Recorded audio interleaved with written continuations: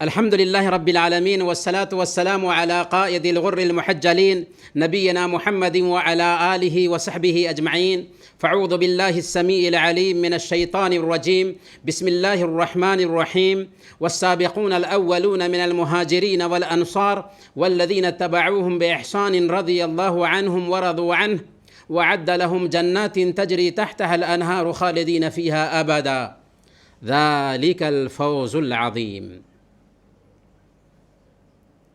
عظمت صحابہ virtual seminar کے صدر محترم، معروف محقق اور جماعت کی لاج فضیلت الشیخ صلاح الدین مقبول احمد المدنی حفظہ اللہ و طولہ، مشائخ اعظام، پیارے بھائیوں اور دینی بہنوں، السلام علیکم ورحمۃ اللہ وبرکاتہ. سب سے پہلے ہم اس سیمینار کے روح رواں نادم جلسہ فضیلت الشیخ دکتور عبدالسلام مدنی حفظہ اللہ کے بے حد شکر گزار ہیں کہ انہوں نے اس بہترین پروگرام کا نظم کیا.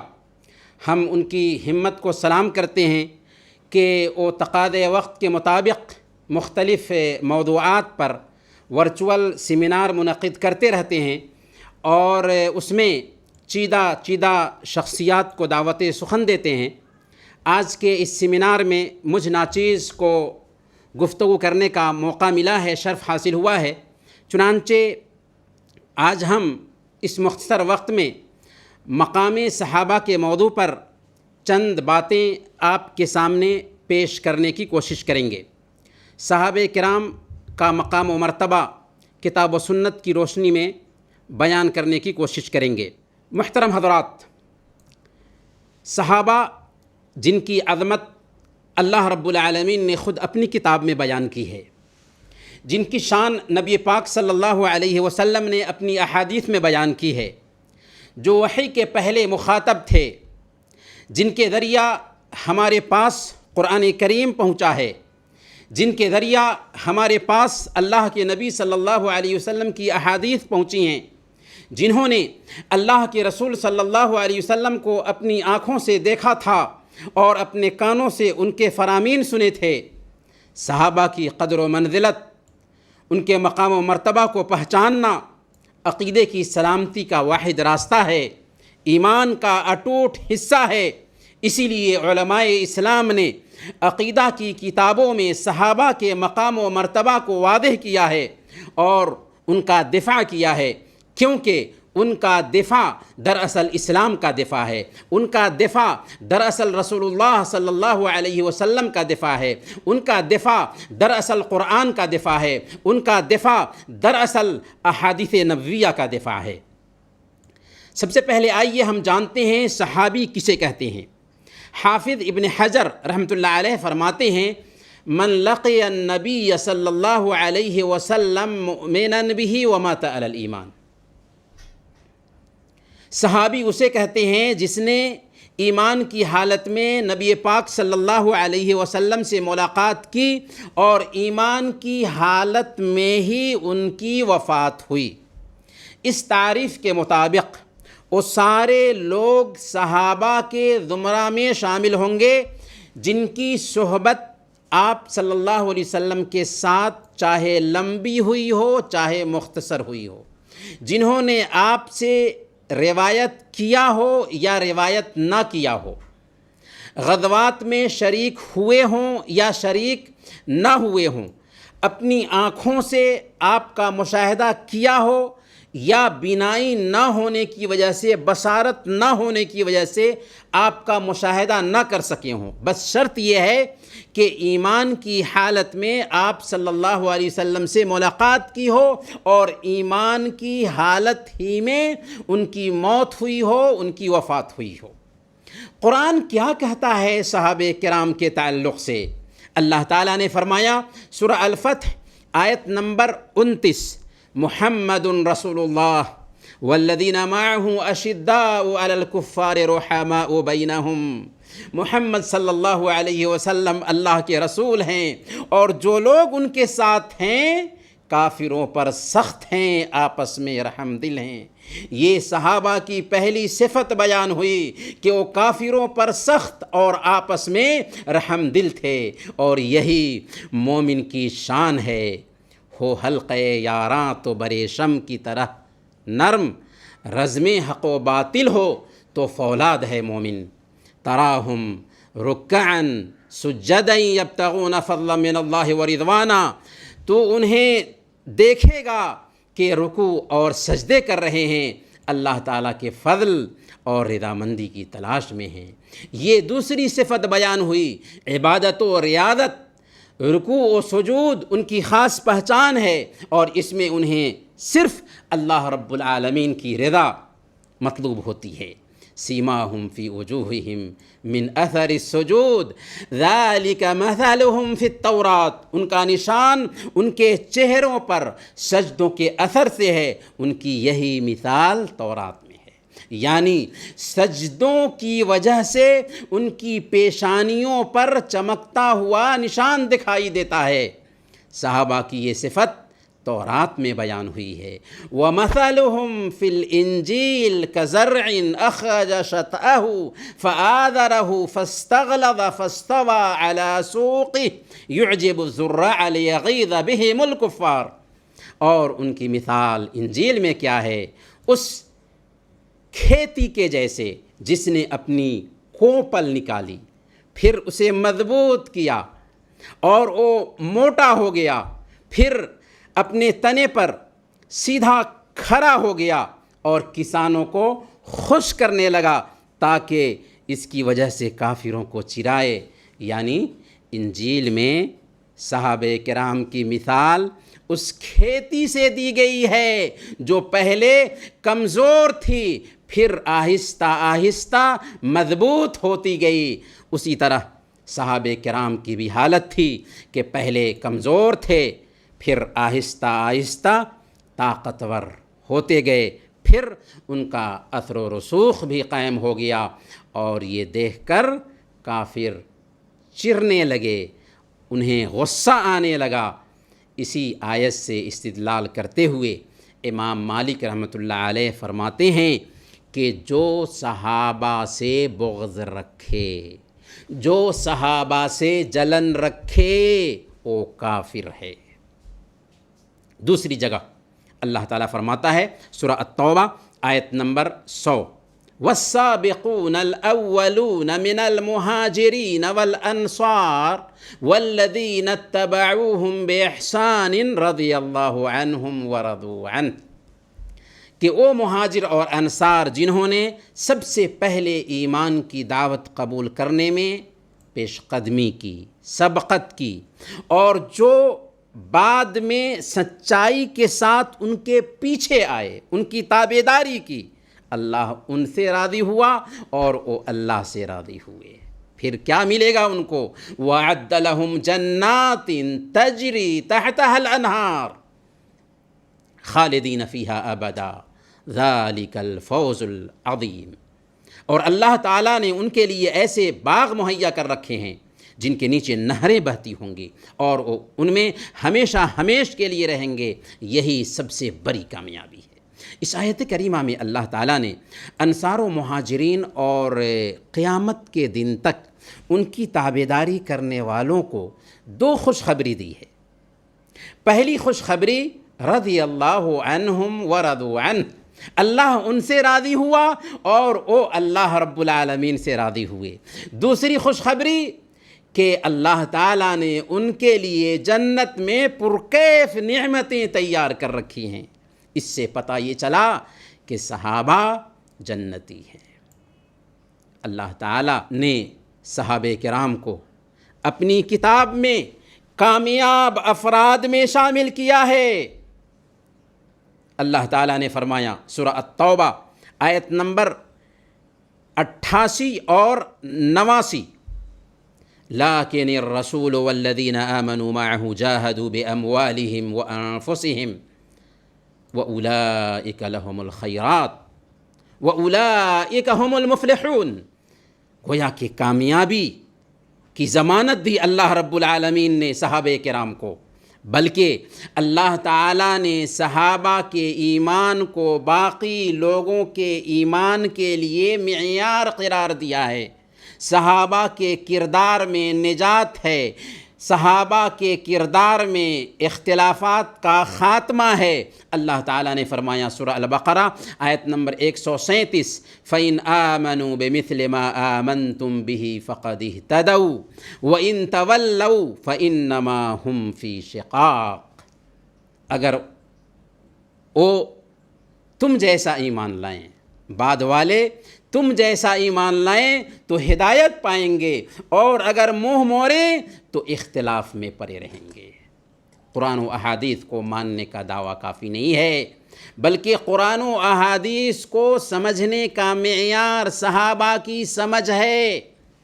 ہمارے اختلافات کی بنیادی وجہ یہ ہے کہ ہم فہم صحابہ سے محروم ہیں، اسی لیے اللہ تعالیٰ نے سخت وعید بیان فرمائی ان لوگوں کی جو صحابہ کے راستے کو چھوڑتے ہیں، صحابہ کے راستے سے اعراض کرتے ہیں۔ اللہ تعالیٰ نے فرمایا سورہ النساء آیت نمبر 115، وَمَن يُشَاقِقِ الرَّسُولَ مِن بَعْدِ مَا تَبَيَّنَ لَهُ الْهُدَى وَيَتَّبِعْ غَيْرَ سَبِيلِ الْمُؤْمِنِينَ نُوَلِّهِ مَا تَوَلَّى، کہ جو رسول کی مخالفت پر کمر بستہ ہو جائے اور اہل ایمان یعنی صحابہ کرام کے راستہ کے علاوہ کسی اور راستہ پر چلے، باوجود اس کے کہ اس کے لیے راستہ واضح ہو چکا ہو، تو ہم اسے ادھر ہی متوجہ کر دیں گے جدھر وہ متوجہ ہوگا۔ وَنُصْلِهِ جَهَنَّمَ وَسَاءَتْ مَصِيرًا، اور دوزخ میں ہم اسے ڈال دیں گے جو بدترین ٹھکانہ ہے، بدترین پناہ گاہ ہے۔ اب آئیے ہم جانتے ہیں احادیث نبویہ میں صحابہ کرام کا کیا مقام اور کیا مرتبہ ہے۔ صحیح بخاری اور صحیح مسلم کی روایت ہے، حضرت ابو سعید خدری رضی اللہ تعالیٰ عنہ بیان کرتے ہیں کہ اللہ کے رسول صلی اللہ علیہ وسلم نے ارشاد فرمایا، لا تسبوا اصحابی فإن أحدكم لو أنفق مثل أحد ذهبا ما أدرك مد أحدهم ولا نصيفه، کہ میرے صحابہ کو برا بھلا مت کہو، کیونکہ اس ذات کی قسم جس کے ہاتھ میں میری جان ہے، اگر تم میں سے کوئی شخص احد پہاڑ کے برابر بھی سونا خرچ کرے تو ان کے ایک مد یا آدھے مد صدقہ کے برابر بھی نہیں پہنچ پائے گا۔ یہ خطاب کس سے تھا؟ یہ خطاب تھا اللہ کے نبی صلی اللہ علیہ وسلم کا صحابہ کرام سے، ان صحابہ کرام سے جو بعد میں اسلام قبول کیے تھے۔ یہ مقام ہے السابقون الاولون صحابہ کرام کا۔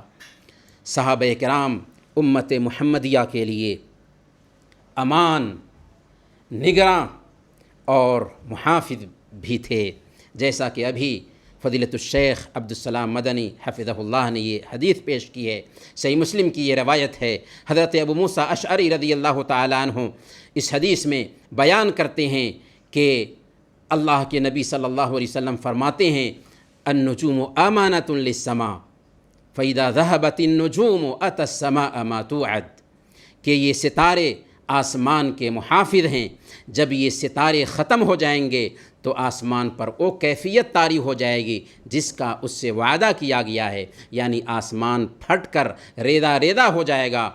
اللہ کے نبی صلی اللہ علیہ وسلم اس حدیث میں آگے فرماتے ہیں کہ میں بھی اپنے صحابہ کے لیے اسی طرح محافظ ہوں، میں جب دنیا سے چلا جاؤں گا تو میرے صحابہ پر آزمائشیں آ جائیں گی جن کا ان سے وعدہ کیا گیا ہے، اور میرے صحابہ میری امت کے لیے محافظ ہیں۔ جب میرے صحابہ اس دنیا سے رخصت ہو جائیں گے تو میری امت پر فتنوں کا دور شروع ہو جائے گا جن کا ان سے وعدہ کیا گیا ہے۔ صحابہ کیا تھے؟ صحابہ چنے ہوئے لوگ تھے، جیسے اللہ رب العالمین نے اللہ کے نبی صلی اللہ علیہ وسلم کو ساری انسانیت سے چن کر کے آخری نبی بنایا، ویسے ہی آپ کے صحابہ کو بھی چن کر آپ کا ساتھی اور وزیر بنایا۔ مسند احمد کی روایت ہے، اور شیخ شعیب الارناؤت نے اسے حسن کہا ہے۔ حضرت ابن مسعود رضی اللہ تعالیٰ عنہ یہ بیان کرتے ہیں کہ اللہ تعالیٰ نے اپنے بندوں کے دلوں پر نظر ڈالی تو اس نے محمد صلی اللہ علیہ وسلم کے دل کو تمام انسانوں کے دلوں میں بہتر پایا، اس لیے اس نے محمد صلی اللہ علیہ وسلم کو اپنے لیے چن لیا اور ان کو رسالت دے کر بھیجا۔ پھر اس کے بعد باقی بندوں کے دلوں پر نظر ڈالی تو اس نے محمد صلی اللہ علیہ وسلم کے اصحاب، محمد صلی اللہ علیہ وسلم کے صحابہ کے دلوں کو باقی لوگوں کے دلوں سے بہتر پایا۔ فجعلہم وزراء نبیہ، اس لیے اس نے انہیں اپنے نبی کے وزراء اور ساتھی بنا دیا۔ اس اثر کی تائید سورہ النمل کی اس آیت سے بھی ہوتی ہے جس میں اللہ رب العالمین نے فرمایا قل الحمد للہ وسلام علی عبادہ الذین اصطفیٰ، تو کہہ دے کہ تمام تعریف اللہ کے لیے ہے اور اس کے چنے ہوئے بندوں پر سلام ہے۔ حضرت ابن عباس رضی اللہ تعالی عنہ بیان فرماتے ہیں کہ اس آیت میں چنے ہوئے بندوں سے مراد صحابہ کرام ہیں، جنہیں اللہ تعالیٰ نے اپنے نبی کی صحبت کے لیے چن لیا تھا۔ گویا صحابہ کرام چنے ہوئے لوگ تھے۔ صحیح بخاری اور صحیح مسلم کی روایت ہے، حضرت عبداللہ بن مسعود رضی اللہ تعالیٰ عنہ کا بیان ہے، اللہ کے نبی صلی اللہ علیہ وسلم سے پوچھا گیا کہ کون لوگ سب سے بہتر ہیں، تو اللہ کے نبی صلی اللہ علیہ وسلم نے فرمایا تھا قرنی ثم الذین یلونہم ثم الذین یلونہم، میری صدی کے لوگ سب سے بہتر ہیں، پھر وہ جو ان کے بعد آئیں گے، پھر وہ جو ان کے بعد آئیں گے۔ گویا صحابہ کرام کا جو زمانہ تھا سب سے بہتر زمانہ تھا۔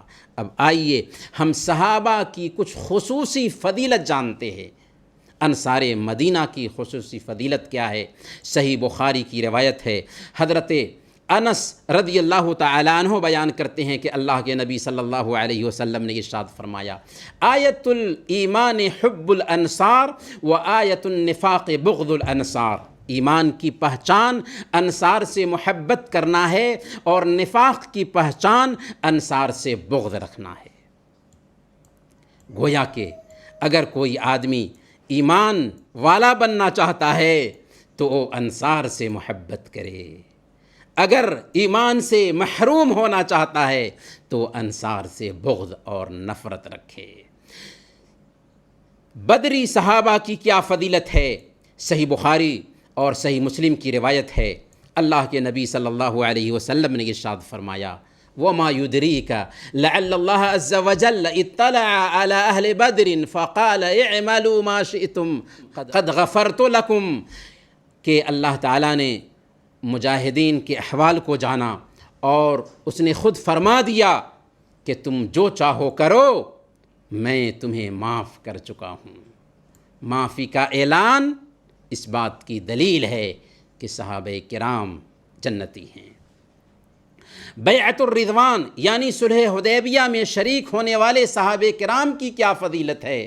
اللہ تعالیٰ نے قرآن کریم کی سورہ الفتح آیت نمبر 18 میں بیان فرمایا لَقَدْ رَضِيَ اللَّهُ عَنِ الْمُؤْمِنِينَ اِذْ يُبَايِعُونَكَ تَحْتَ الشَّجَرَةِ، یقیناً اللہ تعالیٰ مومنوں سے خوش ہو گیا جب کہ وہ درخت کے نیچے آپ سے بیعت کر رہے تھے۔ اور صحیح مسلم کی روایت ہے، اللہ کے نبی صلی اللہ علیہ وسلم نے ارشاد فرمایا لا يدخل الجنة ان شاء اللہ من اصحاب الشجرة احد الذين بايعوا تحتها، کہ مجھے امید ہے کہ درخت کے نیچے بیعت کرنے والے جو لوگ بھی تھے ان میں سے کوئی بھی جہنم میں داخل نہیں ہوں گے۔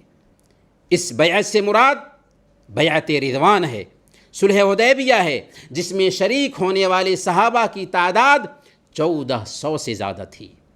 صحابہ کرام کو برا بھلا کہنا حرام ہے اور برا بھلا کہنے والا ملعون ہے۔ امام طبرانی نے معجم الکبیر میں روایت کیا ہے، حضرت ابن عباس رضی اللہ تعالیٰ عنہ بیان کرتے ہیں کہ اللہ کے نبی صلی اللہ علیہ وسلم نے ارشاد فرمایا من سب اصحابی فعلیہ لعنت اللہ والملائکۃ والناس اجمعین، جس نے میرے صحابہ کو گالیاں دیں، جس نے میرے صحابہ کو برا بھلا کہا، اس پر اللہ کی لعنت اس کے فرشتوں کی لعنت اور تمام لوگوں کی لعنت ہے۔